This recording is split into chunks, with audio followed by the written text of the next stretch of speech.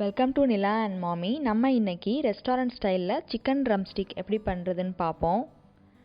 இது வந்து நான் இன்னைக்கு வீட்டிலே மசால் ப்ரிப்பேர் பண்ணி தான் செய்ய போகிறேன். வாங்க எப்படின்னு பார்க்கலாம். இதை மேரினேட் பண்ணுறதுக்கு ஃபஸ்ட் நம்ம மசால் ப்ரிப்பேர் பண்ணிக்கிறதுக்கு நான் இன்னைக்கு 10 சின்ன வெங்காயம் எடுத்திருக்கேன். இது கூட 5 பல் பூண்டு ஆட் பண்ணிக்காங்க, 2 ஸ்லைஸ் இஞ்சி, அப்புறம் lemon juice 2 tablespoon add பண்ணிவிட்டு இதை நல்லா ஃபைன் பேஸ்ட்டு நல்லா அரைச்சி எடுத்துக்காங்க இந்த மாதிரி. நெக்ஸ்ட்டு நான் இன்றைக்கி சிக்கன் லெக் பீஸ் வந்து 5 எடுத்திருக்கேன். 5 பீஸையும் நல்லா மஞ்சள் பொடி போட்டு வாஷ் பண்ணிவிட்டு இந்த மாதிரி அங்கங்கே கட் பண்ணிக்காங்க. இந்த மாதிரி கட் பண்ணுறதுனால மேரினேட் பண்ணுறப்போ அந்த மசாலா உள்ளே நல்லா இறங்கியிருக்கும். இந்த மாதிரி கட் பண்ணி எடுத்துகிட்டு இது கூட 1 டீஸ்பூன் சால்ட் ஆட் பண்ணிக்காங்க. இது கூட நம்ம அரைச்சி வச்சுருந்த மசாலா பேஸ்ட்டையும் சேர்த்துக்கரலாம். கூட 2 டேபிள் ஸ்பூன் கெட்டியான தயிர் இன்றைக்கி நான் ஆட் பண்ணியிருக்கேன். நல்லா கெட்டியான தயிராக எடுத்துக்காங்க.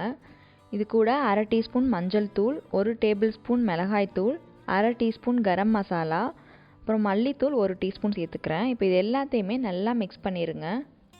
தண்ணி எதுவும் சேர்க்காமல் இதை வந்து நல்லா மிக்ஸ் பண்ணிக்காங்க. தயிரெல்லாம் ஆட் பண்ணியிருக்கோம், அதனால் தண்ணி தேவைப்படாது. இந்த மாதிரி நல்லா மிக்ஸ் பண்ணிவிட்டு இது கூட நான் கார்ன்ஃப்ளவர் வந்து 1 டேபிள் ஸ்பூன் ஆட் பண்ணிக்கிறேன்.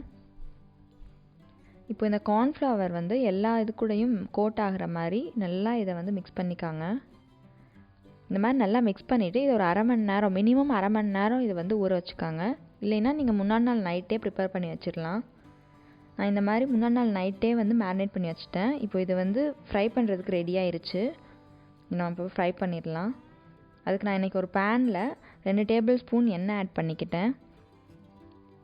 ஃப்ளேம் வந்து மீடியம்லேயே வச்சுட்டு இது நம்ம இப்போது ஒவ்வொரு லெக் பீஸாக வச்சு இதை வந்து ஃப்ரை பண்ணிக்கிறலாம். ஒவ்வொரு சைடும் 5 மினிட்ஸ் இதை வந்து நல்லா குக் பண்ணிக்கிறணும். நான் ஃபுல்லாகவே ஃப்ளேம் வந்து மீடியமில் தான் வச்சுருக்கேன். இப்போ எனக்கு ஒரு சைடு வந்து குக் ஆகிடுச்சு. இப்போ இன்னொரு சைடு மாற்றி போட்டுடலாம்.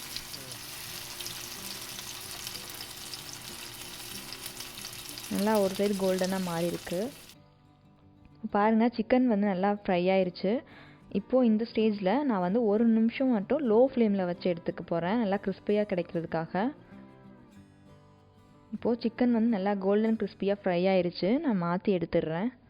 அவ்வளோதான், நம்மளோட சிக்கன் ட்ரம்ஸ்டிக் ரெடி ஆயிடுச்சு. நீங்களும் இதே மாதிரி ட்ரை பண்ணி பாருங்கள். இந்த ரெசிபி உங்களுக்கு பிடிச்சிருந்துச்சுன்னா லைக் பண்ணுங்கள், ஷேர் பண்ணுங்கள், மறக்காமல் சேனலுக்கு சப்ஸ்கிரைப் பண்ணுங்கள்.